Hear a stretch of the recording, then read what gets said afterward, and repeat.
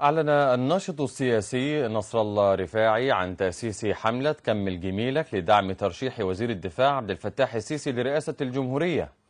وقال الرفاعي مؤسس الحملة إن السيسي هو خير من يقود البلاد في المرحلة القادمة بعد أن أنقذها من حكم الإخوان على حد تعبيره. احنا فكرنا في هذه الحملة نتيجة المعاناة التي عانى منها الشعب المصري والوجعة التي ألمت به خلال السنوات الماضية من حكم هذه الجماعة الإرهابية الخائنة التي أحطت من شأن المواطن المصري وأحطت من شأن مصر دوليا وعالميا. وجاء هذا الرجل في 30/6 لينقذ الشعب المصري من هذه النكبة الكبرى وهذه الصدمة التي صدم بها.